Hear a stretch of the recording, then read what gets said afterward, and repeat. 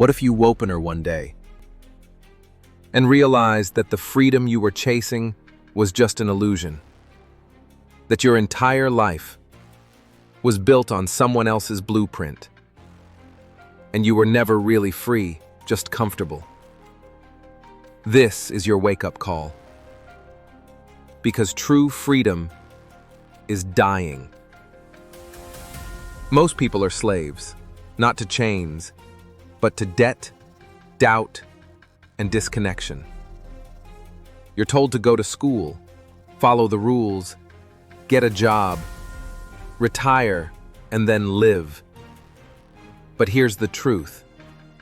Time is not on your side. And freedom delayed is freedom denied. A Harvard study found that regret is the most powerful emotion in old age. Not pain, not failure. Regret. The number one regret? I wish I had lived life true to myself, not what others expected of me. Billionaire Naval Ravikant said, "Earn with your mind, not your time." Because true freedom isn't just money. It's waking up when you want. It's saying no without fear. It's building a life you don't need a vacation from. You don't need to escape the system. You need to rewrite it around you. How? Use your mornings like a weapon.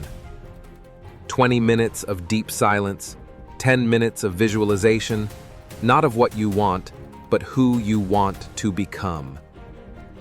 Feed your brain. Challenge your body, and then build. Freedom starts in the mind. New neuroscience proves you can rewire your reality in 30 days using mindful habits, focused attention, and emotional clarity. This isn't spiritual fluff. This is biology. Your brain doesn't care if your prison is physical or mental. It obeys what you repeat. You have a choice: to stay numb or to wake up, to exist or to create. Don't let comfort kill your calling. Freedom isn't a luxury. It's a responsibility. And you owe it to your future self. Break the script before the script breaks you.